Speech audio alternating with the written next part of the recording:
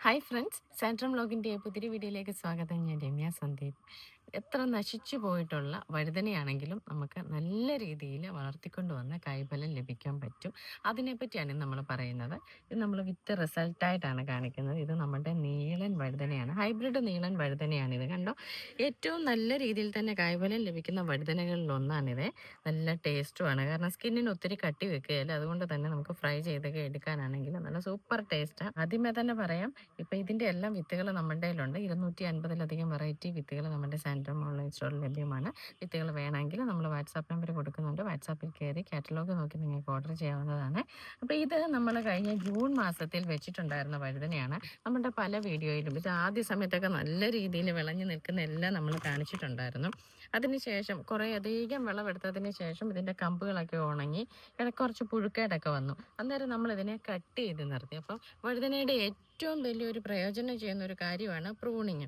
ഉണങ്ങി വരുന്ന കമ്പുകളാണെങ്കിലും വിളവെടുത്തതിന് ശേഷം നീണ്ടു നിൽക്കുന്ന ചെറിയ ചെറിയ തണ്ടുകളൊക്കെ ആണെങ്കിലും നമ്മൾ യഥാസമയം കട്ട് ചെയ്ത് മാറ്റുവാണെങ്കിൽ അതിന് ഒരുപാട് നാൾ നിലനിർത്തിക്കൊണ്ട് പോകാൻ പറ്റും. അപ്പോൾ ഇത് കണ്ടോ, ഇത് കണ്ടാൽ തന്നെ അറിയാം.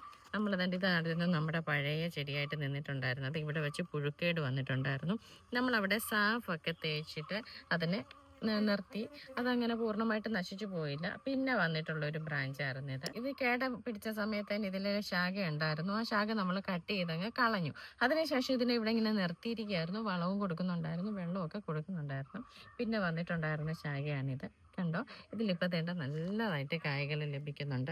ആദ്യം കിട്ടിയ വലുപ്പം എത്രയായിരുന്നോ അതേ വലുപ്പത്തിൽ തന്നെയുള്ള കായ്കളാണ് ഇതിൽ ലഭിക്കുന്നത്. ചെടി അങ്ങനെ മുരടിച്ചു പോയിട്ടൊന്നുമില്ല. ചെറിയ ചെറിയ കിളിപ്പുകളൊക്കെ വരുന്നത് കണ്ടോ. ഇനി ഇവിടെ നിന്ന് നല്ല ഇത് വരുന്ന തണ്ടുകളായിരിക്കും. അതിനെ നമുക്ക് നിലനിർത്തി പോവുകയും ചെയ്യാം, നന്നായിട്ട് കായ്ക്കുകയും ചെയ്യും. അപ്പോൾ ഈ ചെടി 9 മാസമായിട്ടുള്ള ചെടിയിൽ നിന്നാണ് നമുക്ക് ആദ്യത്തെ വിളവ് പോലെ തന്നെ ഇത്രയും നല്ല വിളവ് ലഭിക്കുന്നത്. കണ്ടോ, ഉദാഹരണം പറഞ്ഞാൽ അത് ഈ വഴുതന ചെടി കണ്ടോ, ഇതിലെ ഈ ഒരു കമ്പ് കാണുമ്പോഴേ നിങ്ങൾക്കറിയാം ഇതിന് വാട്ടം വന്നിട്ടുണ്ട്.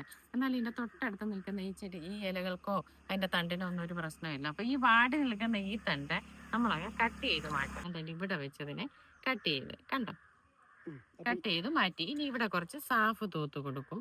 അന്നേരത്തേന് അത് ഉണങ്ങി പോവോ ഫംഗൽ വരുമോ ഒന്നും ചെയ്യത്തില്ല. അതിനുവേണ്ടിയാണ് നമ്മൾ ഫംഗിസൈഡ് ആയിട്ടുള്ള സാഫ് തൂക്കുന്നത്.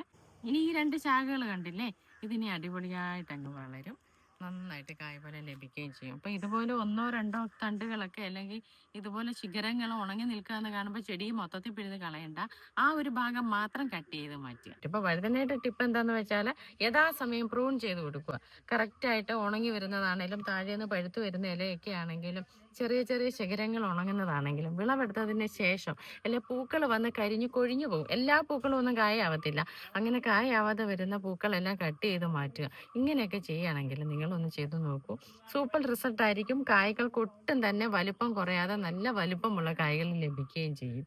കുറേ കാലം നമുക്ക് അങ്ങനെ വഴുതന ചെടിയെ നിലനിർത്തിക്കൊണ്ട് പോകാനായിട്ടും സാധിക്കും. ഏകദേശം ഇത് കുറേ നാൾ നിൽക്കുന്നതായതുകൊണ്ട് തന്നെ ഇടയ്ക്ക് ഒരു 2.5-3 മാസം ആകുമ്പോൾ ഡോളോമേറ്റ് ഇതിന്റെ ചുവട്ടിൽ ഇട്ട് കൊടുക്കണം. pH കൺട്രോൾ ചെയ്യാൻ വേണ്ടിയിട്ടാണ് അത് ചെയ്യുന്നത്. അങ്ങനെ നമ്മൾ ചെയ്തില്ലെങ്കിൽ കക്കാപ്പൊടി ആണെങ്കിലും മതി, പച്ചക്കക്കാപ്പൊടിയോ ഡോളോമേറ്റോ ഇട്ട് കൊടുക്കുക. അങ്ങനെ നമ്മൾ ചെയ്യുമ്പോഴുള്ള ഗുണമെന്ന് വെച്ചാൽ pH കൺട്രോൾ ആയെങ്കിൽ മാത്രമേ നമ്മൾ കൊടുക്കുന്ന വളങ്ങളൊക്കെ ചെടികൾക്ക് വലിച്ചെടുക്കാനായിട്ട് സാധിക്കത്തുള്ളൂ. അല്ലെങ്കിൽ എത്ര വളം കൊടുത്തെന്ന് പറഞ്ഞാലും ചെടി മുരടിച്ച് തന്നെ നിൽക്കും. ഇപ്പൊ ഡോളോമേറ്റ് ഇടയ്ക്ക് ഒന്ന് ഇട്ട് കൊടുത്തതിന് ശേഷം 3-4 ദിവസം കഴിഞ്ഞിട്ട് പിന്നെ നമ്മൾ സാധാരണ ഏത് വളമാണോ കൊടുക്കുന്നത് ആ വളം കൊടുക്കുക. ചൂട് സമയമാകുമ്പോൾ നമ്മൾ ഡെയിലി നനച്ച് കൊടുക്കുക. ചീത്തയായിട്ടുള്ള ഇലകളും തണ്ടുകളും ഒക്കെ പ്രൂൺ ചെയ്ത് മാറ്റുക. ഇങ്ങനെയൊക്കെ നമ്മൾ ചെയ്യുമ്പോഴത്തേന് നമുക്ക് നല്ല രീതിയിൽ തന്നെ വിളവ് ലഭിക്കും. കണ്ടോ, അതുപോലെ തന്നെ പാകമാകുന്ന കായ്കൾ വിളവെടുത്തുകൊണ്ടിരിക്കണം. അല്ലെന്നുണ്ടെങ്കിൽ അതിൽ നിന്ന് പഴുത്ത് വല്ലാതാകുന്ന സമയത്ത് ചെടി മുരടിച്ചു പോകും കേട്ടോ. അതുകൊണ്ട് യഥാസമയം വിളവെടുക്കുക ഒരു പ്രധാനപ്പെട്ട കാര്യമാണ്. അപ്പം ഇതുപോലെയുള്ള ചെറിയ ചെറിയ ടിപ്പുകളൊക്കെ നമ്മുടെ അടുക്കളത്തോട്ടത്തിൽ പ്രയോഗിച്ചാൽ നമുക്ക് നല്ല രീതിയിൽ അടുക്കളത്തോട്ടത്തിൽ ഓരോ പച്ചക്കറികളും മുന്നോട്ട് കൊണ്ടുപോകാനായിട്ട് പറ്റും. ഇന്നത്തെ വീഡിയോ നിങ്ങൾക്ക് എല്ലാവർക്കും ഉപകാരപ്രദമായി എന്ന് വിശ്വസിക്കുന്നു. മറ്റൊരു വീഡിയോയുമായി വീണ്ടും കാണാം. നന്ദി.